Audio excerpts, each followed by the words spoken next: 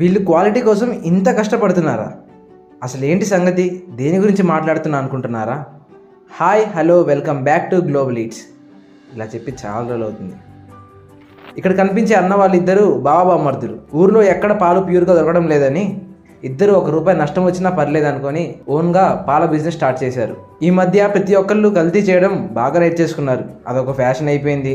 పాలు క్వాలిటీతో కాకుండా పౌడర్తో అలానే నీళ్ళతో కలిపి ఈ మధ్య తెగ అమ్మేస్తున్నారు. వీటన్నిటికీ ఫుల్ స్టాప్ పెట్టడానికి ఈ అన్న వాళ్ళు వచ్చేసారు. కల్తీ చేయకండి, చేయనీకండి. క్వాలిటీ అందించాలన్న వీళ్ళ థాట్కి, అలాగే కేవలం వీళ్ళు దగ్గరగా ఉన్నప్పుడు మాత్రమే బర్రె నుంచి పాలు తీయాలని రైతులతో ఒప్పందం చేసుకున్నారు. ఈ 2 నిర్ణయాలకి సలాం.